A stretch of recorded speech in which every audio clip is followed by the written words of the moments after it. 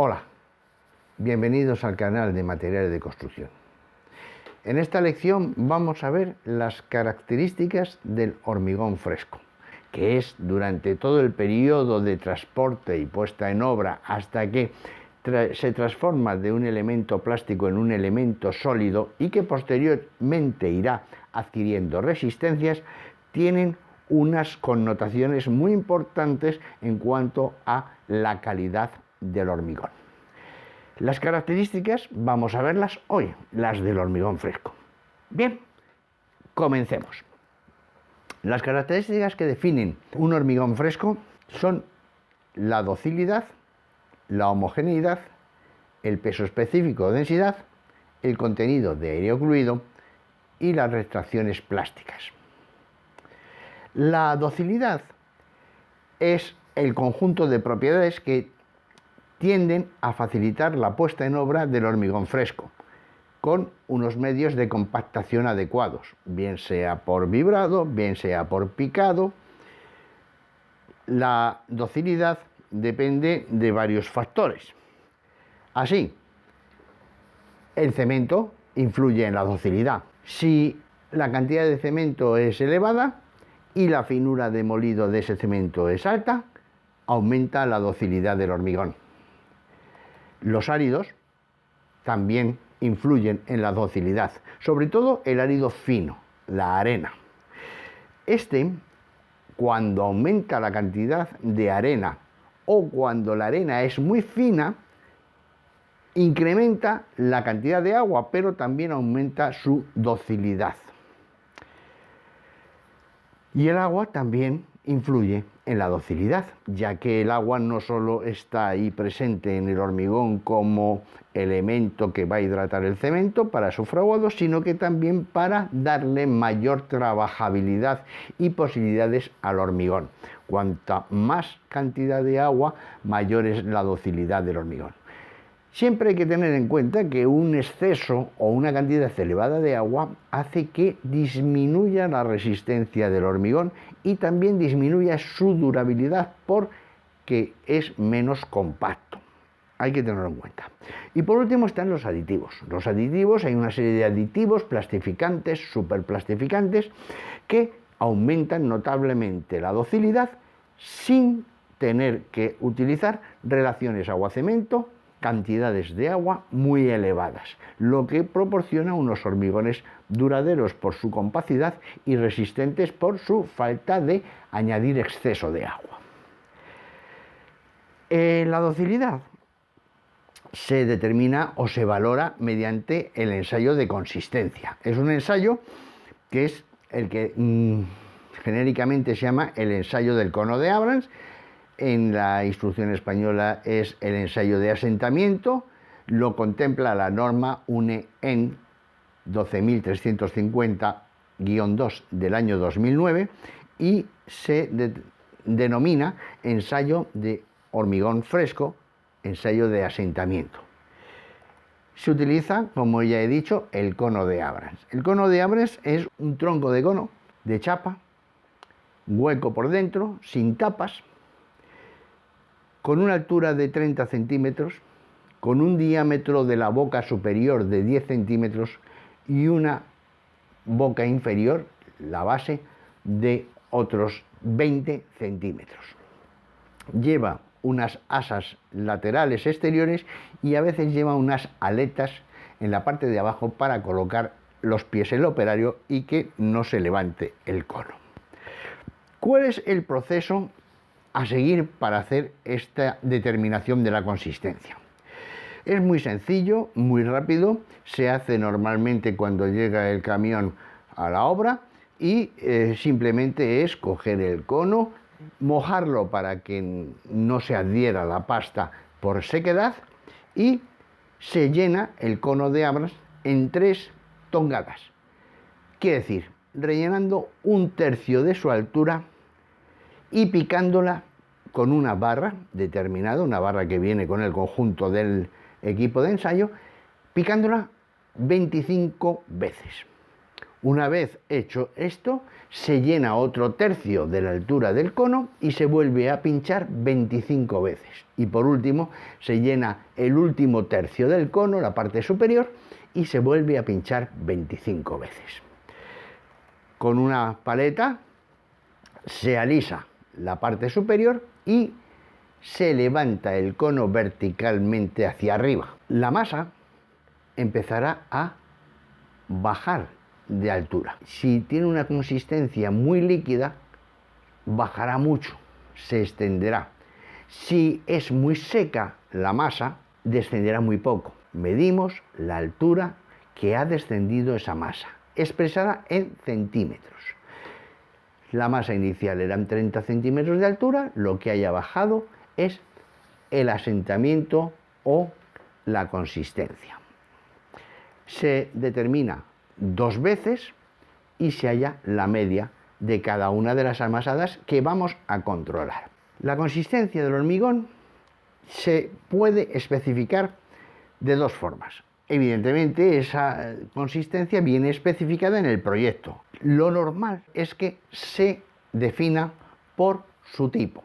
Y así tenemos consistencia seca, consistencia plástica, consistencia blanda, consistencia fluida o consistencia líquida, que nos va a dar un descenso, un asiento en el cono de Abrams que corresponden a estos valores en centímetros. Claro que siempre hay que tener en cuenta una tolerancia permitida, de tal manera que el asiento que se produce en función del tipo de consistencia deberá estar dentro de los parámetros de este intervalo resultante. Por ejemplo, tipo de consistencia sería, en esta designación que ya vimos en el programa anterior, en el vídeo anterior, en la lección número 2 de hormigones, HA es hormigón armado, 30 es la resistencia característica con presión medida a los 28 días y expresada en newton milímetro cuadrado. B es la consistencia, en este caso consistencia blanda. El intervalo de resultados debe estar comprendido entre 5 y 10 centímetros. 16 es el tamaño máximo del árido expresado en milímetros y 2A más QA, como todos sabéis, es el ambiente de exposición de ese elemento de hormigón. En este caso sería humedad alta y agresividad química débil. Veamos un ejemplo. Determinar la aceptación o rechazo respecto a su consistencia de un hormigón, precisamente el que hemos visto hace un momento, HA30B16 2A más QA, en el que hemos obtenido los siguientes resultados. Hemos hecho la consistencia 2 veces con el cono de Abrams. En el primer cono nos ha dado 7 centímetros de asentamiento, de descenso. En el segundo nos han dado 9 centímetros. Hallaremos simplemente la media de los dos. Esa media es la que vamos a comparar en el cuadro. Como es consistencia blanda, habrá que mirar lo que veíamos antes, que el intervalo resultante está entre 5 y 10. Como 8, que es el valor medio, está entre 5 y 10, está dentro de ese intervalo, la consistencia es correcta, el hormigón se puede utilizar correctamente por su consistencia. También se puede pedir por el asiento, o sea, por los centímetros que queremos que se descienda en el ensayo del cono de Abrams. En ese caso, bueno, pues la tabla es diferente, como veis. Rara vez se pide el hormigón por su asiento, por lo menos en edificación, pero vamos a ver cómo se haría un ejemplo en el caso de hacerlo por asiento. Determinar la aceptación o rechazo respecto a su consistencia de un hormigón cuyo asiento es de 9 centímetros. Bien, ha ocurrido lo mismo, hemos hecho 2 veces el cono, En uno nos ha dado 7 centímetros, en el otro 6,5. Como el asiento es de 9, corresponde a el intervalo entre 8 y 12. Luego, el valor medio nos tendrá que dar de 9 más menos 3 centímetros. Bien, hallemos el valor medio. El valor medio es de 7 y ese es el que comparamos entre 9 menos 3, que es 6, y 9 más 3, que es 12, o sea, el intervalo 6, 12. Como 7 está entre 6 y 12, el hormigón tiene la consistencia, la docilidad que nosotros queríamos. La homogeneidad. Cuando fabricamos un hormigón, hemos de mezclar un líquido con varios sólidos que, además de tener diferente naturaleza, unos son pétreos, el otro es cemento, también tienen diferente tamaño.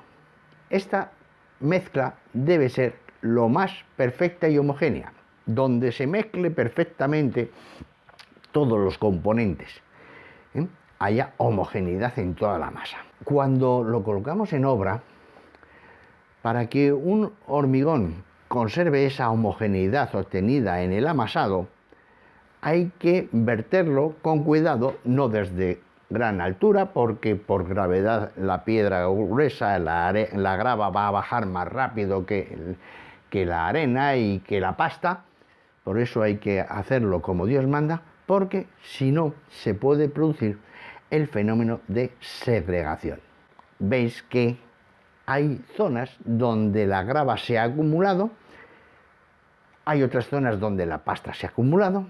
En definitiva, hay una falta de homogeneidad notable en este forjado, donde también han aparecido las armaduras metálicas por estar mal confeccionado el hormigón o por estar mal hecha la puesta en obra. La densidad, que sabéis que es el peso respecto al volumen, es importante. Es importante conocer la densidad del hormigón, ya no solo a la hora de transporte o de elevación, sino porque nos da unas características o unas ideas sobre la calidad del hormigón.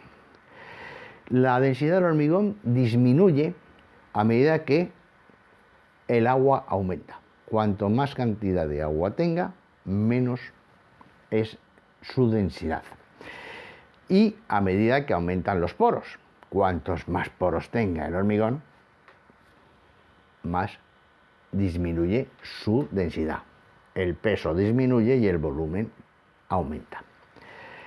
Para aumentar la densidad también hay factores que influyen. Por ejemplo, si aumentamos la cantidad de cemento, sin llegar a salirnos de lo normal, que sabéis que son 500 kilos por metro cúbico como máximo, al aumentar la cantidad de cemento aumenta la densidad del hormigón. Al disminuir la relación agua-cemento, que es decir, al echar menos agua, aumenta también el valor de la densidad. Y por último, al disminuir el contenido de poros, también aumenta la densidad. La densidad nos da una idea de la calidad del hormigón. A igual de componentes, el que tenga mayor densidad es el mejor hormigón. Tiene mejor todas las características y va a ser más duradero y más resistente. La densidad se expresa siempre en kilos por metro cúbico. El hormigón no es impermeable, no es un material impermeable, tiene bastantes burbujas. Tiene del orden de hasta el 4% del volumen de hormigón es burbujas, es aire. Ahí tenéis algunas imágenes de las burbujas de aire que se están produciendo. Son burbujas muy pequeñitas, pero están ahí. También puede producirse burbujas por la utilización de aditivos inclusores de aire, que producen burbujas de aire pues en una proporción entre el 2 y el 6% del volumen de hormigón, para que sea un material eficaz. Reducen la densidad y aumentan sobre todo la docilidad del hormigón. Las burbujas de aire permiten que el hormigón sea con una consistencia blanda que se pueda manejar en obra. La retracción plástica, el hormigón, cuando fragua, se retrae, o sea, se producen contracciones, que es una disminución de volumen. Se produce durante la fase de fraguado, al principio notablemente, después menos. La contracción plástica del hormigón fresco se produce en la etapa inicial y durante todo su fraguado. Y primeras fases de endurecimiento. Se debe fundamentalmente a la evaporación del agua en estas fases de fraguado y endurecimiento. Cuando el elemento hormigonado es superficial, un forjado, un muro, pues se puede producir una serie de grietas superficialmente, que es lo que se llama el afogarado. Son múltiples grietas muy próximas entre sí y que se cruzan, como veis ahí en la foto. Los factores que influyen en la retracción plástica son alta dosificación de cemento. Cuanto más alta es la dosificación de cemento, mayor es la retracción. Mayor superficie de la pieza respecto al volumen, como os decía, forjados, muros, mayor retracción.